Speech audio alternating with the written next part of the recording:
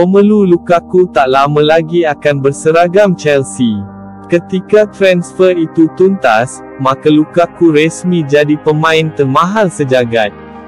Lukaku tampil luar biasa saat membawa Inter Milan juara Liga Italia musim lalu dengan torehan 23 gol dan 10 assist. Sayangnya, krisis finansial yang membelit Inter membuat mereka harus menjual beberapa pemain bintangnya.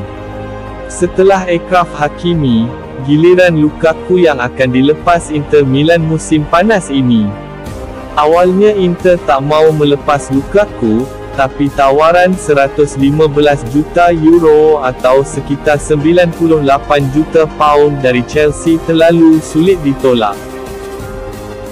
Sebab, dengan wang itu, Inter bisa membayar sisa utang transfer Romelu Lukaku ke Manchester United dan mengalihkan dana untuk mencari penggantinya. Kabar terbaru menyebut Lukaku sudah melakoni tes medis di Italia semalam. Setelah itu, Lukaku akan terbang dulu ke Monaco untuk mengurus beberapa hal sebelum bertolak ke London. Nantinya Lukaku akan menandatangani kontrak berdurasi 5 tahun dengan gaji mencapai 12 hingga 13 juta pound per tahun.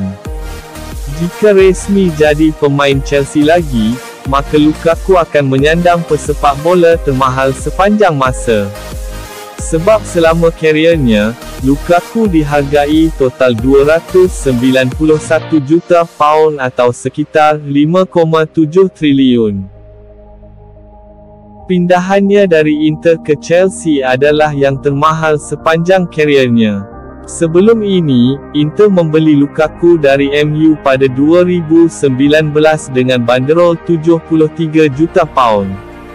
Sementara, Setan Merah merekrutnya dari Everton pada 2017 dengan banderol 75 juta pound. Everton membeli Lukaku dari Chelsea pada 2014 dengan harga 28 juta pound. Chelsea yang memboyong Romelu Lukaku ke Inggris pada 2011 harus mengeluarkan wang 17 juta pound kepada Anderlecht. Harga 5,9 triliun Lukaku ini mengalahkan rekod transfer Neymar yang senilai 270 juta pound. Rincian transfer Neymar adalah 72 juta pound saat pindah ke Barcelona dan Santos pada 2013, lalu 198 juta pound saat hijrah ke Paris Saint-Germain pada 2017.